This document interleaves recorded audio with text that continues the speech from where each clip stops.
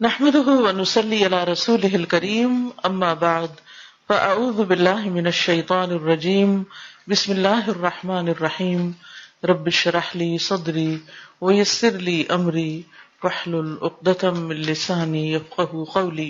چونکہ رمضان آ رہا ہے، چند چیزیں میں آپ سے تھوڑی دیر میں ذکر کروں گی. کسی کی شادی ہو، کوئی فوت ہو جائے، کوئی سفر ہو، ایون روزمرہ زندگی میں بھی ہم جیسے کھانا پکانا ہے یا کسی نے آنا ہے، کوئی مہمان آ رہا ہے، تو ہم کیا کرتے ہیں؟ تیاری کرتے ہیں. اور جو شخص تیاری کرتا ہے وہ اس وقت کے یا موقع کے آنے سے پہلے پھر اپنا کام آسان طریقے سے کرنے کے قابل ہوتا ہے. اور اگر کوئی پلاننگ نہیں کرتا، تیاری نہیں کرتا، ہیپ ہیزرڈ کسی چیز کو شروع کرتا ہے تو اس میں وہ کوالٹی نہیں آتی. رمضان ایک نیکیوں کا موسم بہار ہے اور بہترین طریقے سے انسان اپنے جسم، اپنی روح، اپنے دل کی تطہیر کر سکتا ہے، یعنی اس کو پاک کر سکتا ہے. وہ تو اللہ ہی کرتا ہے، لیکن ایک ذریعہ بنایا اللہ نے دلوں کی صفائی کا، روح کی صفائی کا، ہماری تربیت کا اور ہمیں تقویٰ دینے کا. تو ہمارا ٹارگٹ اس میں یہی ہونا چاہیے کہ ہم نے اس رمضان میں تقویٰ حاصل کرنا ہے انشاءاللہ. ٹھیک ہے، یہ ہمارا ٹارگٹ ہے. اب تقویٰ کے حصول کے لیے پھر ہم نے کیا کرنا ہے؟ سب سے پہلے رمضان سے پہلے ہی تیاری شروع کر دینی ہے. اس میں سب سے پہلی بات یہ کہ ہم اپنے گناہوں پر سچی توبہ کریں. توبہ اور استغفار ویسے تو ہمیشہ ہی کرنی چاہیے، لیکن یہ یاد رکھیں کہ گناہ نیکیوں کے راستے میں حائل ہو جاتے ہیں. نیکیوں کا موسم بہار آ رہا ہے، کہیں ایسا نہ ہو کہ آپ اس سے پوری طرح فائدہ نہ اٹھا سکیں اور آپ نیکیاں نہ کر سکیں. کیوں؟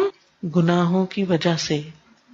اگرچہ رمضان میں بھی گناہ معاف ہوتے ہیں، لیکن اس سے پہلے کہ جتنے گناہ ہیں یا رب تو ہمیں معاف کر دے، تاکہ ہم سے بوجھ اتر جائیں اور ہم بہترین طریقے سے روزے رکھیں، بہترین طریقے سے تلاوت کریں، بہترین دعائیں کریں اور واقعی ہمیں تقویٰ حاصل ہو جائے. تو جب یہ مہینہ شروع ہو تو ہم شرح صدر کے ساتھ، اطمینان کے ساتھ اپنی عبادت اور نیک اعمال میں مشغول ہو جائیں، اس طرح کہ ہم واقعی مطمئن ہوں. تو گناہوں کے بوجھ کے ساتھ رمضان میں داخل نہ ہوں، توبہ کے ساتھ داخل ہوں، تاکہ رمضان شروع ہوتے ہی دوڑ لگ جائے. ٹھیک ہے، اور کہیں رکاوٹ نہ آئے. رکاوٹوں کو دور کرنے کا طریقہ کیا ہے؟ استغفار، سچی توبہ. وَتُوبُوا إِلَى اللَّهِ جَمِيعًا أَيُّهَا الْمُؤْمِنُونَ لَعَلَّكُمْ تُفْلِحُونَ.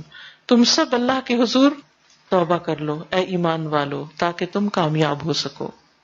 رسول اللہ صلی اللہ علیہ وسلم نے فرمایا، لوگوں اللہ سے توبہ کرو، کیونکہ میں دن میں 100 مرتبہ اس سے توبہ کرتا ہوں، دن میں 100 بار.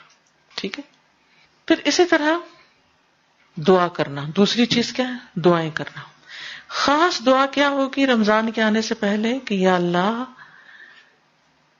ہمیں ہر طرح کی بیماری، تکلیف، پریشانی، مصروفیت سے محفوظ رکھنا، تاکہ ہم رمضان کی عبادت صحیح طور پہ کر سکیں. کوئی رکاوٹ نہ بیچ میں آ جائے، کوئی اچانک حادثہ، کوئی پریشانی، کوئی ایسی چیز بیچ میں نہ ہو کہ جو ہماری عبادت میں رکاوٹ بنے. کیونکہ بعض اوقات آپ دیکھیے کہ آپ کی بڑی تیاری ہوتی ہے کام کرنے کی، اچانک آپ خود بیمار ہو جاتے ہیں یا گھر والوں میں سے کوئی بیمار ہو جاتا ہے، تو پھر کیا ہوتا ہے؟ جو کچھ آپ نے پلان کیا ہوتا ہے وہ سب طرح کا طرح رہ جاتا ہے. تو اللہ تعالیٰ سے عافیت کی دعا مانگتے رہیں اور پھر یہ دعا کریں کہ اللہ ہمیں خیر و سلامتی کے ساتھ رمضان تک پہنچا دے، خیر کے ساتھ رمضان تک پہنچا دے. اسلاف سے یوں روایت آتی ہے کہ وہ 6 ماہ یہ دعا کرتے تھے، اے اللہ ہمیں رمضان تک پہنچا دے، اللہ ہمیں رمضان دیکھنا نصیب کر. اور پھر رمضان کی عبادتیں کرتے اور رمضان کے بعد اگلے 5 مہینے یہ دعا کرتے، اللہ ہمارے روزے قبول کر لیں، ہماری رمضان کی عبادتیں قبول کر لیں. تو رمضان کے آنے تک بھی دعائیں کریں کہ رمضان ملے ہمیں. کتنے ہی لوگ ایسے ہیں جو پچھلے رمضان میں تھے اور آج دنیا میں نہیں ہے. ہر ایک کسی نہ کسی کو ضرور جانتا ہوگا جس کی اس سال میں ڈیتھ ہوئی، آپ کے عزیز قریب ترین پیارے. ہمیں نہیں معلوم ہم دنیا سے کب چلے جائیں. تو اللہ تعالیٰ سے دعا کرنی چاہیے کہ اللہ تعالیٰ ہمیں اپنی اطاعت کے کاموں، اپنی عبادت کے لیے ہماری مدد فرمائے اور ہمیں اس کے لیے قبول کر لے۔ تیسری چیز، اس مہینے کا خوشی سے استقبال کرنا، اس کے بارے میں سوچ کر خوش ہونا، کیونکہ رمضان گرمیوں میں آ رہا ہے، جون میں آ رہا ہے، عین گرمی کی شدت کا مہینہ، تو اس لیے کچھ لوگ اس کے آنے کی خبر سے پریشان بھی ہوتے ہیں دل میں، بڑی گرمی ہوگی، بڑی پیاس لگے گی، کاموں کا کیا ہوگا، ایسا کیسے ہوگا، ویسا کیسے ہوگا۔ لیکن آپ نے ہر سال دیکھا ہوگا سب کچھ ہو جاتا ہے، تو آگے کا خوف نہیں کریں، پیچھے کے تجربے سے مطمئن ہو جائیں کہ الحمدللہ اللہ نے سب کرا دیا تھا، لاسٹ ایئر بھی کرا دیا تھا، اس سال بھی اللہ کے فضل سے ہو جائے گا۔ تو اس لیے خوشی سے رمضان کا استقبال کریں، اور اس کا بھی اجر ہوگا انشاءاللہ تعالی، کیونکہ جب انسان خوش ہو کر کسی کام کو کرتا ہے تو وہ آسان بھی ہو جاتا ہے، اور اس کے ساتھ ساتھ اس کی کوالٹی بہت اچھی ہوتی، اور جب کوالٹی اچھی ہوگی تو پھر اجر بھی زیادہ ہوگا۔ اور آپ کو معلوم ہے کہ رمضان جو ہے اس میں جنت کے دروازے کھول دیے جاتے ہیں، جہنم کے دروازے بند کر دیے جاتے ہیں، ہر طرح کی خیر و برکت نازل ہوتی ہے۔ تو اللہ سبحانہ وتعالیٰ نے اس مہینے میں قرآن مجید ہمارے لیے نازل کیا، جس کے بارے میں اللہ تعالیٰ فرماتے ہیں قُلْ بِفَضْلِ اللَّهِ وَبِرَحْمَتِهِ فَبِذَلِكَ فَلْيَفْرَحُوا هُوَ خَيْرٌ مِّمَّا يَجْمَعُونَ، کہہ دیجئے کہ اللہ کے فضل اور اس کی رحمت سے چاہیے کہ اس پر خوش ہو جائیں، وہ ہر اس چیز سے بہتر ہے جسے لوگ جمع کر رہے ہیں۔ تو الحمدللہ آپ سب اس چیز سے واقف ہیں اور تجربہ کر چکے ہیں کہ سب سے زیادہ ہمارا تعلق قرآن مجید کے ساتھ رمضان میں ہی ہوتا ہے، تو اس پر بھی ہمیں خوش ہونا چاہیے کہ جس چیز پر اللہ نے خوش ہونے کے لیے کہا وہ موقع آ رہا ہے خوش ہونے کا اور اللہ تعالیٰ کو خوش کرنے کا، کہ قرآن پڑھنے کا، سننے کا، غور و فکر کا، یاد کرنے کا، تلاوت کرنے کا اور زیادہ ہمیں موقع ملے گا۔ پھر اسی طرح چوتھی چیز، رمضان سے پہلے پچھلے روزے قضا کر لیں، کیونکہ جب سال پورا ہو جاتا ہے تو فریضہ بھی پورا ہو جانا چاہیے، اگلے سال کے لیے نہ چھوڑیں، ٹھیک ہے۔ ابو سلمہ کہتے ہیں کہ میں نے عائشہ رضی اللہ تعالی عنہا کو فرماتے ہوئے سنا کہ میرے اوپر رمضان کا روزہ لازم ہوتا، شعبان سے پہلے اس کی قضا کی توفیق نہ ہوتی۔ یحییٰ نے کہا کہ یہ نبی صلی اللہ علیہ وسلم کی خدمت میں مشغول رہنے کی وجہ سے تھا کہ ان کے قضا روزے پورے نہیں ہوتے تھے، لیکن وہ میک شور کرتی کہ اگلا رمضان شروع ہونے سے پہلے وہ اپنے چھوٹے ہوئے روزے مکمل کر لیں، ٹھیک ہے۔ تو شعبان میں پچھلے جو بھی مینسز وغیرہ کی وجہ سے، بچوں کی پیدائش کی وجہ سے روزے چھوٹے ہوں وہ اپنے پورے کر لیں، کیونکہ شعبان میں ویسے بھی نبی صلی اللہ علیہ وسلم اس میں کثرت سے روزے رکھا کرتے تھے، تو اس میں اگر قضا روزے رکھ لیے جائیں یا نفلی روزے رکھ لیے جائیں تو بہت ہی اچھا ہے۔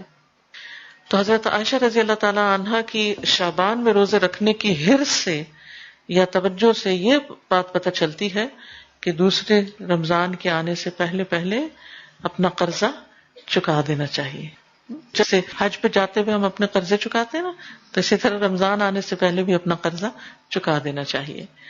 پانچویں چیز، رمضان کے بارے میں علم حاصل کریں، خوب جانیں، روزوں کے احکام کا پتہ چلائیں، رمضان کی فضیلت کا پتہ چلائیں۔ اس کے لیے بہترین کتاب ہے شہر رمضان، رمضان کا مہینہ۔ وہ کتاب آپ میں سے ہر ایک کے گھر میں ہونی چاہیے، ہر شخص کے پاس اپنا پرسنل نسخہ ہونا چاہیے، اور اس میں پورے رمضان سے متعلق جو چیزیں ضروری ہیں ان کو جمع کر لیا گیا ہے۔ ان کو چاہے آپ نے پچھلے سال پڑھا ہو، اس سال پھر دوبارہ پڑھیں۔ کیوں دوبارہ؟ تاکہ ساری چیزیں تازہ ہو جائیں اور کوئی چیز رہ نہ جائے۔ جیسے ایک طالب علم امتحان دیتا ہے نا، تو وہ کیا کرتا ہے، آخر یعنی ساری رات بھی پڑھتا ہے، سارا سال بھی پڑھتا ہے، لیکن آخر میں پھر ایک دفعہ اندر جانے سے پہلے، انٹر ہونے سے پہلے ایگزامینیشن ہال میں دوبارہ موٹی موٹی باتیں پھر دوبارہ دیکھ لیتا ہے تاکہ کوئی چیز بھولے نہ۔ تو ہم بھی کچھ بھولے نہ اور ہر چیز اچھے طریقے سے کر سکے، اس کے لیے ہمیں اس کو پڑھ لینا چاہیے۔ اس کتاب کی خاص خصوصیت یہ کہ اس میں کرنے کے کام بتائے گئے ہیں، احادیث بیان کرنے کے بعد یہ کہ کرنا کیا کیا چاہیے۔ چھٹی چیز، رمضان کے آنے سے پہلے اپنے کاموں کو نپٹا لیں۔ کون سے کام؟ مثلا شاپنگ، گروسری سے متعلق، اپنا راشن دال چاول اکٹھے کر لیں، خاص طور پر بیسن وغیرہ جو آپ نے پکوڑے بنانے ہیں، کیونکہ اس کے بغیر تو ہمارے یہاں رمضان کا کانسیپٹ ہی نہیں ہے نا. لیکن یہ کہ اس سے ہم اپنے لیے بڑی مشکل کھڑی کرتے ہیں، کیونکہ کھانے میں تو مزہ آتا ہے لیکن اس کے بعد پیاس کا دور شروع ہوتا ہے جو روزے سے پہلے ہی ہوتی ہے، اور پھر اس میں مزید اضافہ ہو جاتا ہے. پھر جب ہم طالوت کی فوج کی طرح زیادہ پانی پی لیتے ہیں تو پھر تراویح پڑھنے کے لیے ہمیں مشکل ہو جاتی ہے. تو اس لیے ایسے کھانے تیار کریں، ہم خواتین خانہ ہیں اپنے لیے بھی اور اپنے بچوں اور گھر والوں کے لیے، جن جن کا روزہ ہم پہ ڈپینڈ کرتا ہے ان سب کو ہم ہیلدی فوڈ کھلائیں تاکہ ان کا روزہ بھی اچھا گزرے اور ہم بھی سست نہ پڑیں. تو یعنی ہر طرح کی تیاری، عید کے کپڑے بنا لیں، صفائی وغیرہ کر لیں، اور جو کام آپ کو رکاوٹ ڈالتے ہیں مختلف عبادتوں میں ان کو پہلے سے ہی نپٹا لیں. اس کے علاوہ بھی راشن وغیرہ کی تقسیم کریں، یعنی غریبوں میں کھانا وغیرہ، اگر یا تو رمضان میں روزانہ افطاری بھیجنے کا اگر آپ اہتمام کر سکتی ہیں تو ٹھیک، اگر نہیں تو سوکھا راشن جو ہے وہ آپ غریبوں میں بانٹیں. اور اگر آپ کے نزدیک کوئی غریب نہیں رہتا تو جو لوگ یہ کام کر رہے ہیں ان کو آپ اپنے حصے کا یعنی کہ کنٹریبیوشن دے سکتے ہیں کہ وہ لوگ آگے غریبوں میں راشن دیں، کیونکہ یہ شہر المواسات ہے، ہمدردی کا مہینہ ہے. تو اس میں انسان کو صدقہ خیرات بھی خوب کرنا چاہیے. لیکن بعض اوقات ہم رمضان کا انتظار کرتے رہتے ہیں کہ رمضان شروع ہوگا تو صدقہ کریں گے. اب ہوتا کیا ہے کہ جو بیچارے غریب لوگ ہوتے ہیں وہ بعض اوقات آدھا رمضان گزر جاتا ہے اور ان تک چیز نہیں پہنچتی.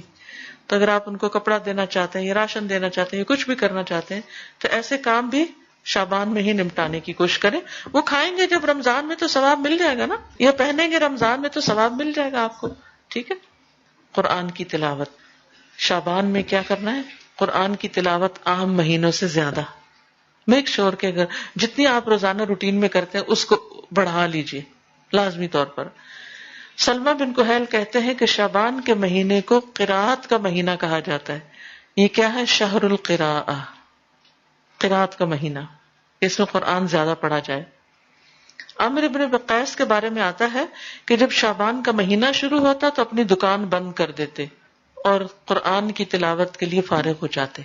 تو بہت سے لوگ شعبان کی فضیلت سے غافل رہتے ہیں. وہ رمضان کو تو لک فارورڈ کرتے ہیں، اس کی تو تیاری کرتے رہتے ہیں اور مادی تیاری تو کرتے رہتے ہیں کہ چیزیں خرید لیں، کپڑے خرید لیں، عید کے کپڑے سلوا لیں وغیرہ وغیرہ، لیکن اس سے غافل ہو جاتے ہیں، یعنی قرآن اور نفلی روزوں سے. ابو بکر بلخی کہتے ہیں کہ ماہ رجب کھیتی لگانے کا مہینہ ہے.